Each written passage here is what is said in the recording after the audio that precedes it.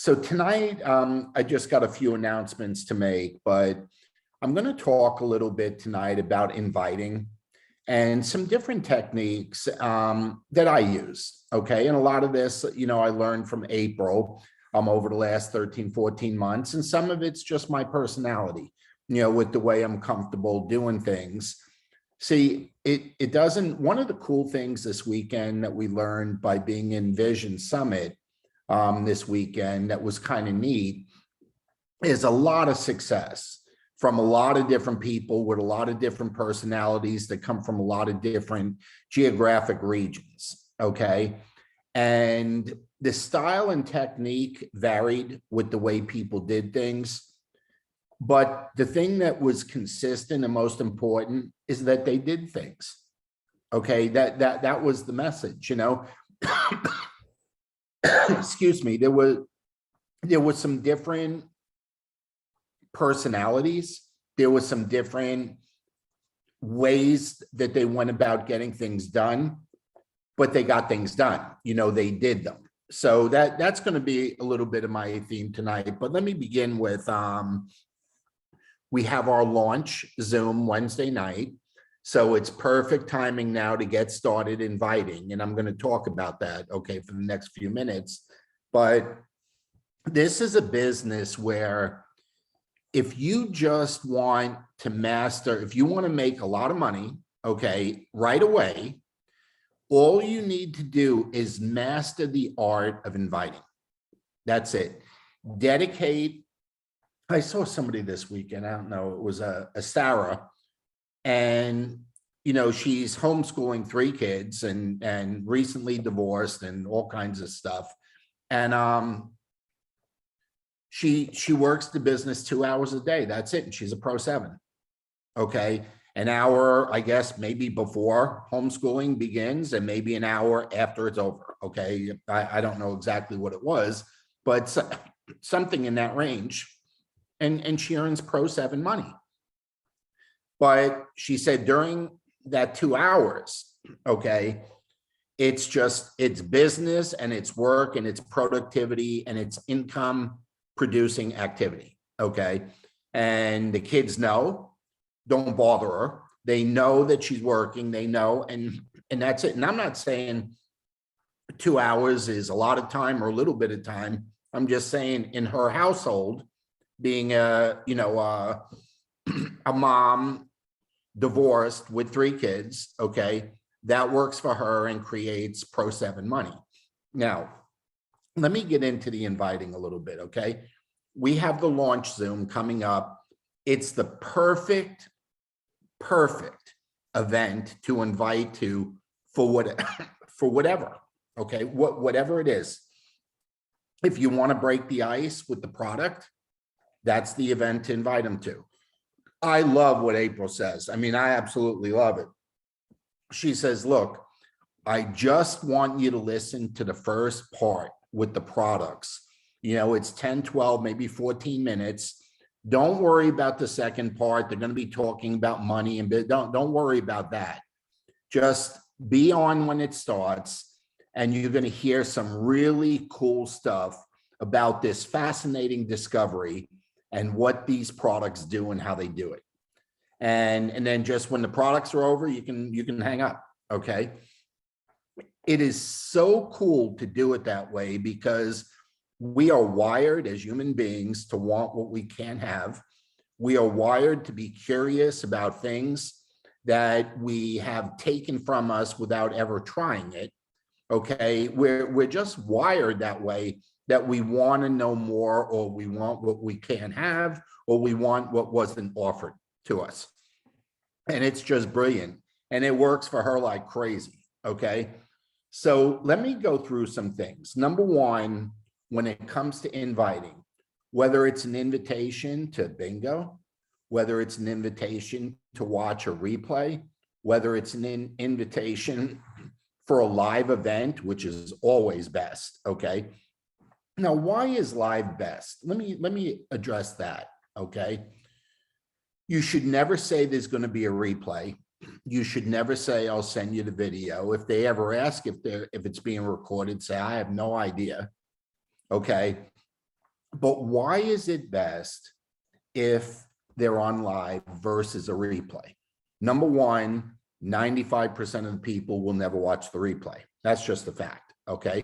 And I can verify that by, I don't know if I'd have to go get exact figures, but I can tell you this: more people watch it live than will watch the replay in a year. So if we have 50 people on live, we won't have 50 people watch the replay in the next year. It just doesn't work that way, okay? So, but here's why live is better. In the beginning, they see themselves on the screen. They're part of it. They're participating. Whether they're showing their face live or their picture is up or even their name and phone number is up, they're in it, and then they're in it again at the end. Okay, they participated. They are on the screen and they're in it. It's like they're making an appearance in the movie. Even if it's a fill-in, they're making an appearance. It's a tremendous difference than a replay. Well, why? They're not in the movie. Okay, they're not even a stand-in or a fill-in in the movie. It just doesn't have the same effect. But how do we get them to understand the value of being on live? Okay, you got to leave things unsaid. Okay, you gotta create desire in that person that, man, this is so cool. You're going to be fascinated by what you see.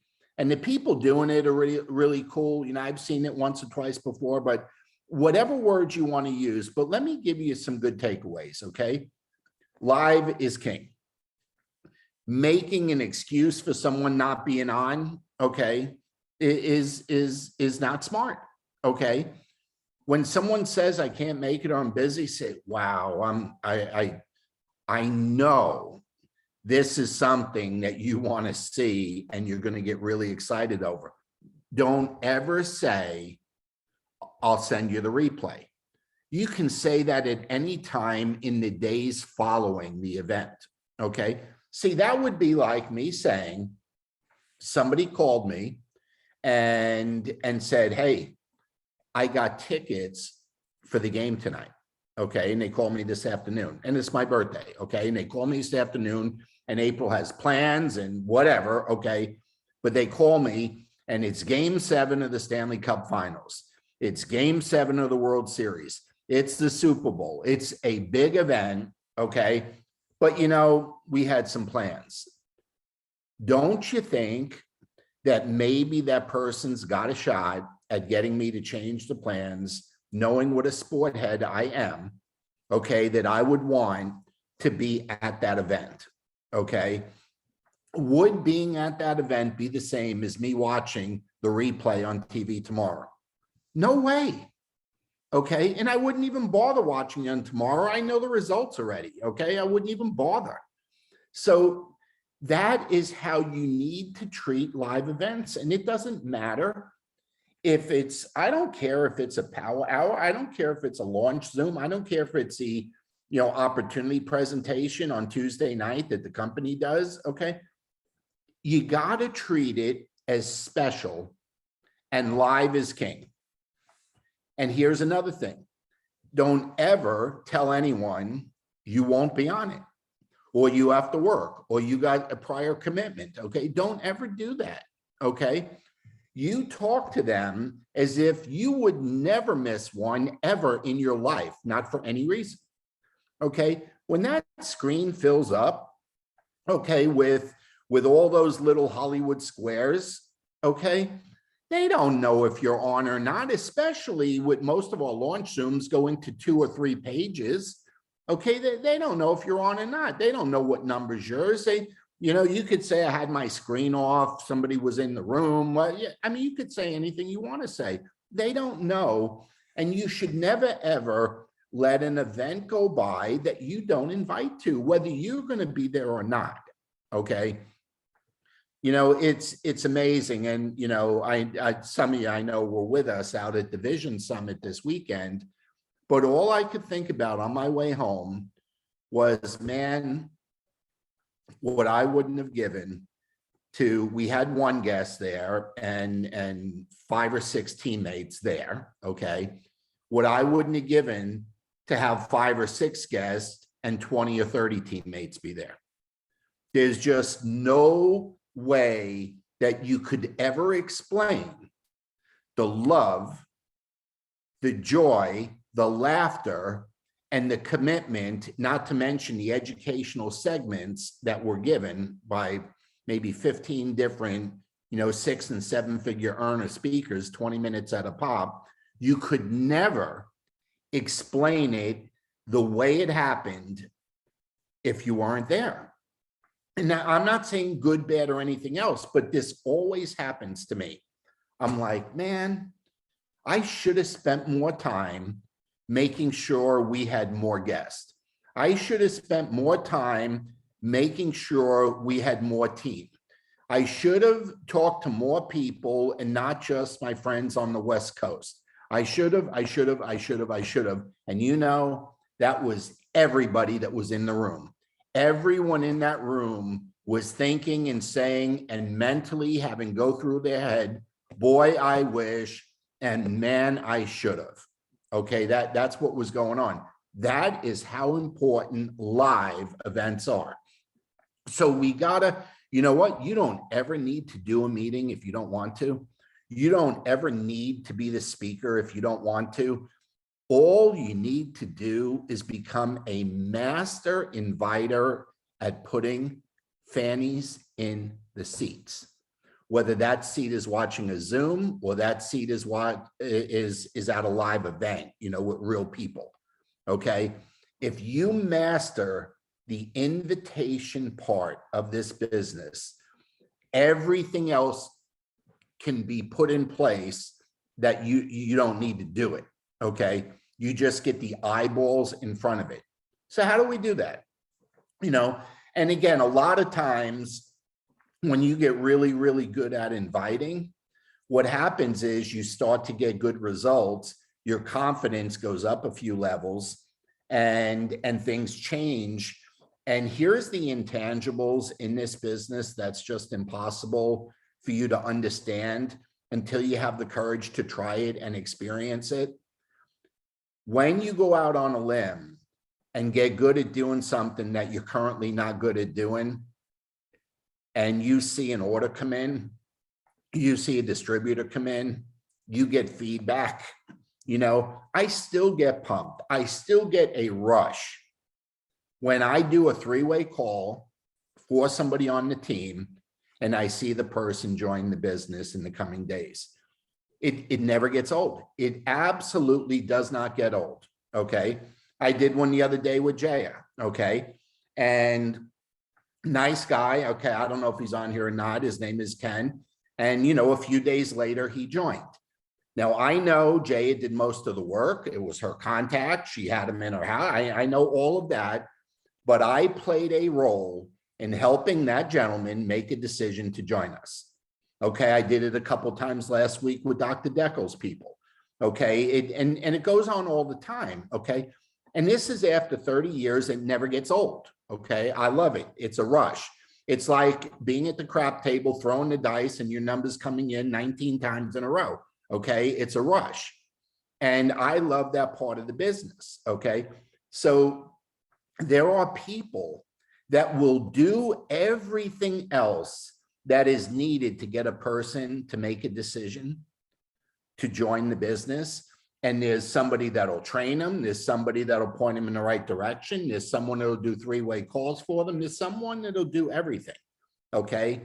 The only thing that we can't do is invite the people that you know. You have to do that. Okay. That's just something you need to do. Okay. But I'm telling you, when you start to see positive things happen because you stepped out of that comfort zone, I always say that we're in a do no harm business. Somebody can get involved with us and get healthier and earn money, okay, or not join us. That's it. We're in a do no harm business. They can say, no, we didn't do any harm. And they say yes, and we help them get healthier and earn money.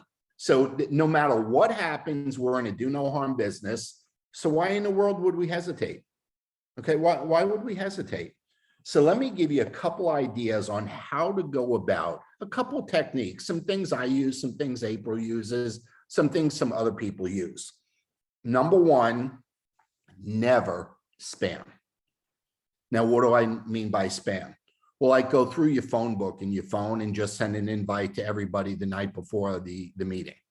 Okay, don't ever do that. That's terrible. Okay, you and I know how much we hate when spam comes into our phone, whether it's text now or whether it's somebody calling us to see if, you know, we need tax help or insurance or this or that.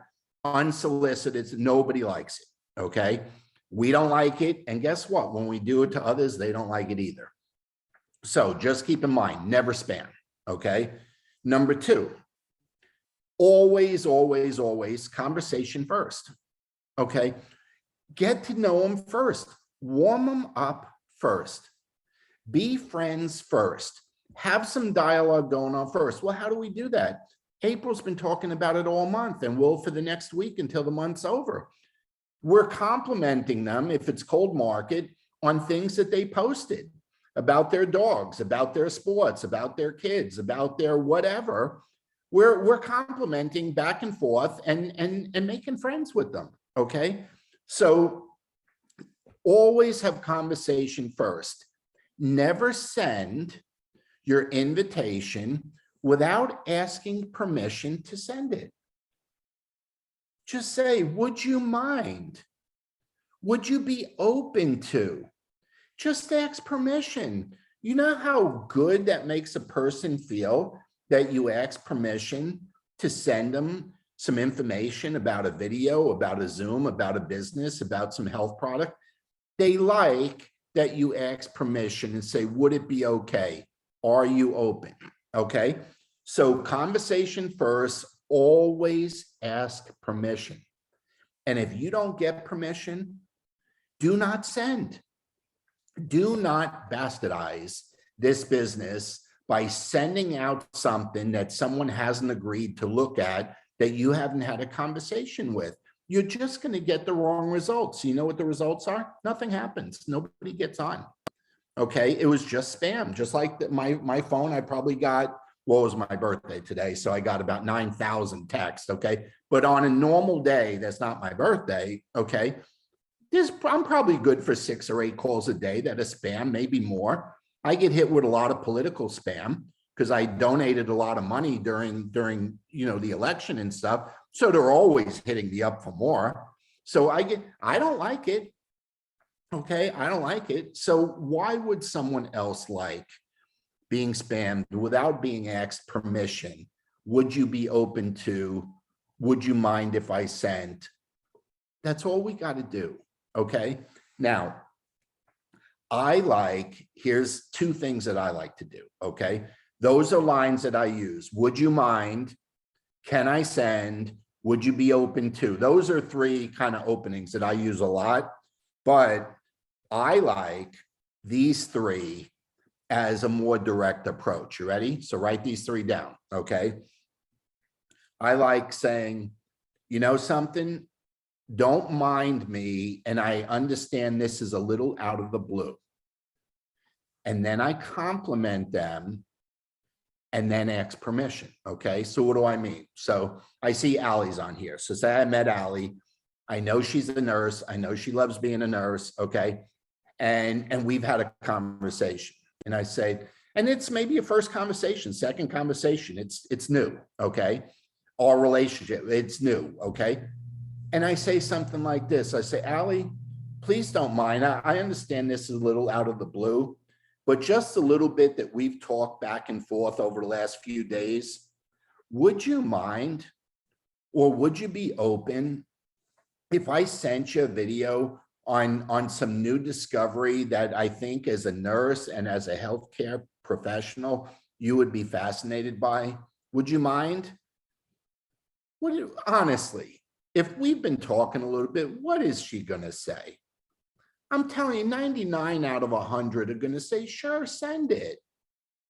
I mean, so I like using the out of the blue. Okay. I like using this one. Okay. You know what? I just found out. Sorry for the last minute notice, but I just found out, okay, that there's this amazing presentation about this new discovery going on Zoom tonight. I've already heard a little bit about it, and you're the first person that came to mind. Would you be open for let me send you a link to it? I think you're going to be as fascinated with it as I am. So I like using that last minute thing with saying, I just found out. Sorry for the last minute notice, but I wanted to let you know, and I just found out myself. See, I like that one too. Okay. It just kind of fits my New York upbringing. Okay. It just works for me. So I like doing that. Okay. And then the other one is, it's the last minute thing. It's the out of the blue thing. And it's sorry for the late notice. Do you think anybody gets mad at me over that? Nobody does. Okay. So if you warm them up, if you're apologetic, not about what you're doing, about the fact you just found out about it, and you wanted to tell them instead of not tell them and have them miss it. You didn't want to make the decision that they don't see it, so you're giving them an opportunity to see it. See, those are all compliments. Those are all flattering things that you say to people that have them, and you've heard April say this a million times, you just want them to say yes twice. And then there's something that goes on internally in their mind, in their heart, in their consciousness. There's something that goes on that they feel obligated to live up to the fact that they said yes twice. So I wanted to share that with you. Okay. I'm sorry. I try and keep this to 20 minutes on our fast start, but I really felt like this topic was very appropriate for tonight. We have a launch Zoom coming up. By the way, the bonus pools are ending, this month. You want to get your 5 in so that you're also ready to start collecting on the next bonus pool next month. But we're coming down the end of the month. The bonus pools are ending. The launch Zoom is Wednesday. If there's anything we can do for you in between, just give us a ring. I hope you find that helpful. I'll get this trimmed up and reposted in the group. Have a great evening, everyone. Thanks for tuning in. Take care.